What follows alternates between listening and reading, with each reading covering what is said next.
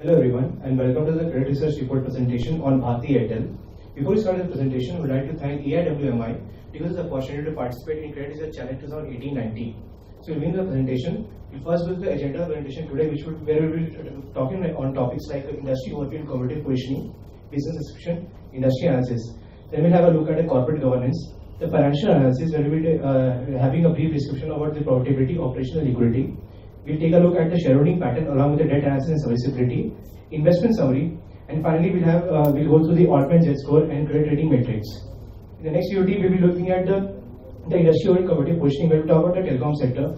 So we've tried to divide telecom sector into 6 domains, which is wireless services, home services, digital TV services, the infrastructure business, the payments bank, and the tower infra business. In the next slide, we'll talk about the business description of Airtel, when we also have tried to define Airtel on the basis of the previous 6 domains, where we see that Airtel was the first 4G technology provider in the country, and it also has 300 million subscribers in the country itself. It has home services, has tried to expand massively in the home services, which includes the broadband services and the fiber optical service, which with the Airtel rolling out the B-fiber technology to increase speed up to 400 Mbps. Then we have the digital services, which has caused a major disruption in this sector by emergence of platforms like the OTT, that is over the top, wherein players like Amazon, Netflix have tried to with this video content had tried to capture a major market share in this particular segment from the companies. Then we have the Airtel business, where it has tied up with some of the businesses and services like card services, Tata Tele services, and Huawei technologies to come up and have more of voice and data network integration. Then we have the Airtel Payments Bank, which was launched in 2016.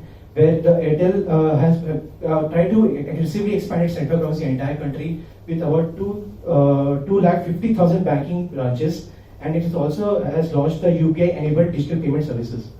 Then we have the tower infra business, where Bharti Airtel, or subsidiaries of Bharti Airtel, Bharti Infratel has merged with Indus Services to make a major company with capturing the largest market share in this particular segment.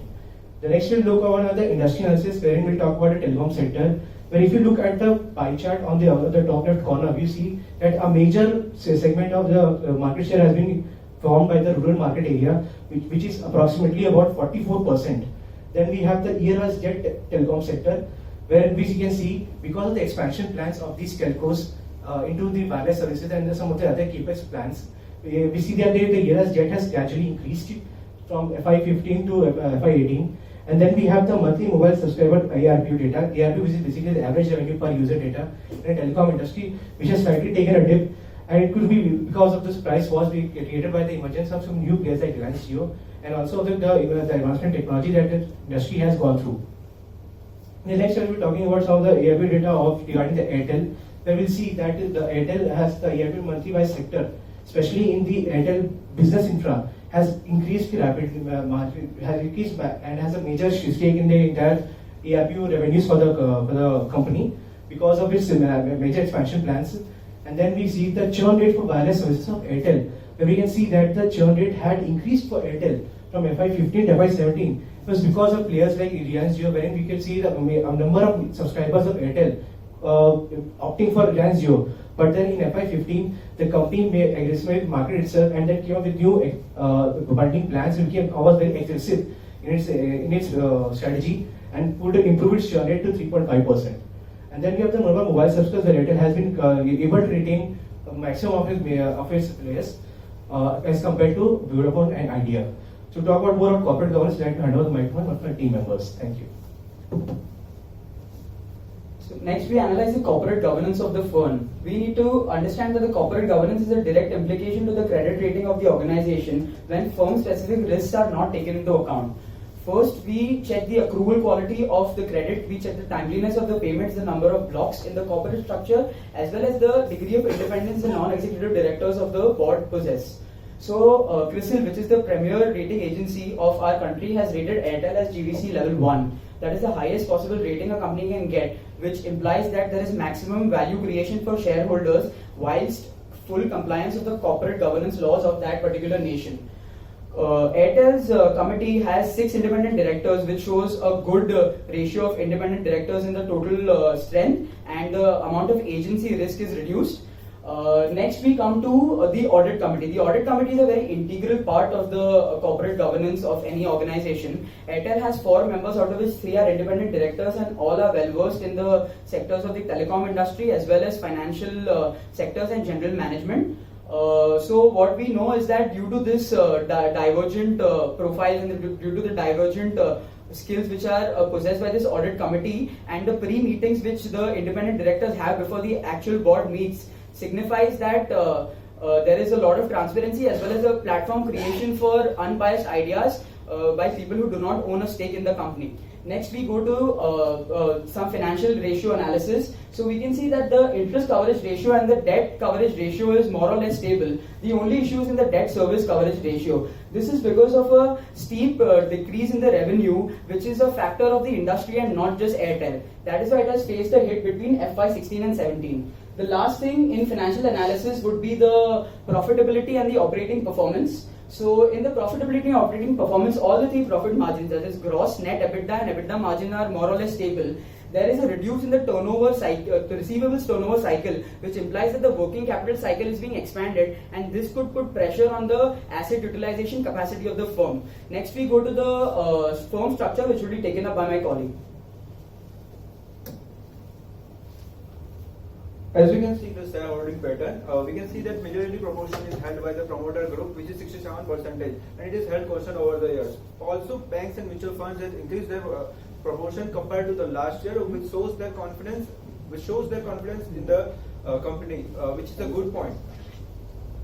Now, as we can see in the debt analysis, the debt to equity ratio is continuously increased from 2015 to up to 2017. The reason behind it is the significant amount of investment has been done in the 4G spectrum by the company. Also, we can see that in 2018 the ratio has decreased. This is due to the current portion of the long-term borrowing has been paid by the company, which was of significant amount. As we can see that distribution of currency of borrowing, the company has increased its borrowing in Indian currency compared to reliability on foreign currency to reduce the exchange rate risk. Now we'll move toward the debt serviceability. As we can see that net debt to EBITDA ratio is significantly continuously increasing. The reason behind it is due to the new entrant in the industry, telecom industry players are facing the revenue hit. So also the ratio is around 3.2, which is good enough to service the debt. Now we'll see the debt maturity chart. Here we can see that majority portion is a significant portion is getting matured into the into period of up to 1 year. Also, we can see that company is reducing its long-term debt, which is up to more than 5 years. Now, as we move toward the more depth analysis, we can see that financial cost of debt has been reduced in 2016. This is due to the debt restructuring that has company gone. Also, we can see that from financial 2016 to financial 2018, there is a slight increase in financial cost of the debt. The main reason behind it is weakening of Indian currency compared to the US and euros. Next part will be taken by my colleague. So now I would like to discuss about the liquidity analysis of Airtel. So studying about the liquidity analysis from financial year 15 to financial year 18, we have found out that the current liability of company has been increased from financial year 17 to financial year 18. These liabilities have been increased because of increase in the short-term borrowings which Airtel has taken in order to discharge its long-term debt. Also, the quick ratios we have studied the quick ratio and the cash ratios of company. The quick ratio and cash ratio both have been on track, and then they have increased from financial year 17 to financial year 18. The reason for that was the reason for increase in the quick ratio and the cash ratio was there was a cash and cash equivalent of the cash and the cash equivalent has been increased from financial year 17 to financial year 18 by 2.5x times. Also, discussing about the working capital cycle of Airtel. So, in the working capital cycle of the Airtel has been negatively inclined, and it has been increasing on the negative side. So, from financial year 15 to financial year 18, this shows that even in the disruptive times, the Airtel has been maintaining a bargaining powers over its suppliers because there has been an increase in the decrease in the days of inventory turnover. Now, talking about the investment summary. So, talking about the investment summary, the increased production capacity in the existing assets. So, Airtel has been increasing the production capacity of the asset, Airtel has the first mover advantage in the 4G sector, and it has also introduced the V5 technology, and by this it has been able to provide the 100 Mbps speed. Airtel has ventured into the Airtel payment banks in the year 2016, and due to it has also been launched UPI enabled system. In the short term and the long term strategies, Airtel is focusing in for rural market. In the rural market segment, this segment is highly uncharted, and according to the latest data that has been published by TRI, only the 50% market has been only captured. Now, talking about the Altman Z score, this is the score which we have used in order to predict the Airtel bankruptcy. This Altman Z score model is being used in the emerging market economy. The model comprises of working capital by total assets, retained earning by total assets, EBIT by total assets, MV by total assets. The major changes which we have seen is in the only two factors, that is the market value of total equity upon the book value of total liability. This has been decreased from financial year 17 to 18. The major two reasons for this increase was the increase in the total liability and the decrease in the market value of equity due to the stock price decreases from financial year 17 to 18. And for revenue by total asset, this has been increasing from financial year 15 to financial year 18. This shows that the Airtel has been able to utilize its cash utilizing its asset in generating more and more cash. So Altman Z score for Airtel is we have found out that the Altman Z score is comfortably sitting at a level of 2.5, and it has been constantly rising from financial year 16 to financial year 18, and is somewhere close to 2.5, and we think that Airtel will not be bankrupt in the coming future.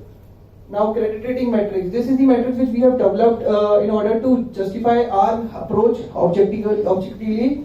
We have taken out various factors in order to predict the exact scores. So we have taken out scale, and we have given them various percentages. Like for scale we have given 20%, for coverage and ratio profitability we have given 15% each. For leverage we have given 20%. For financial policy we have given 10%, and for business profile we have given 20%. So scale as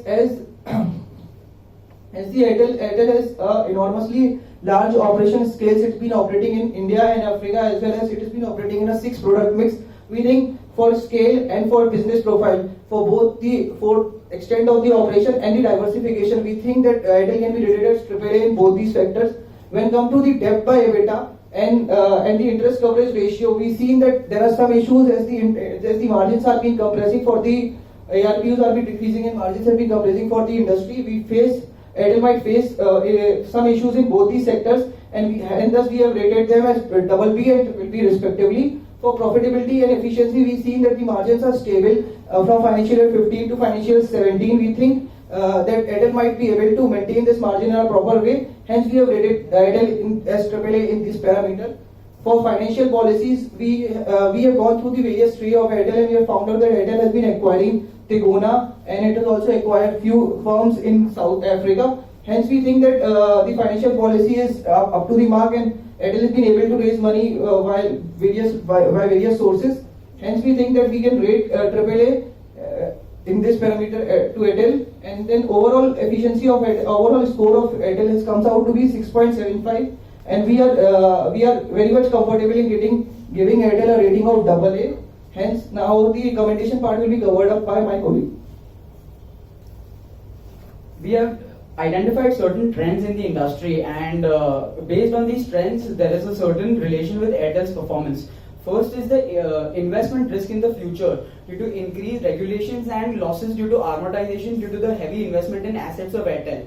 This similar heavy investment in assets is related to the steep drop in A factor of Altman Z between FY 15 and 16, which was due to a steep increase in the net assets. So, and also we know that their working capital cycles are long. So better working capital cycle management along with the disinvestment investment of asset cycle would lead to a better Altman Z score, which would definitely put them about 2.6. And the last thing what we predict is that the market will stabilize in some time because the price war due to the new entrant Reliance Jio will end soon, and because of this the ARPU decline which Airtel has faced, that is a steep 6% as compared to Vodafone's 3%, and a revenue of 109 will improve. The advantage Airtel has is that they have retained 12 million customers in this time. With this, we end our report on Airtel. Thank you.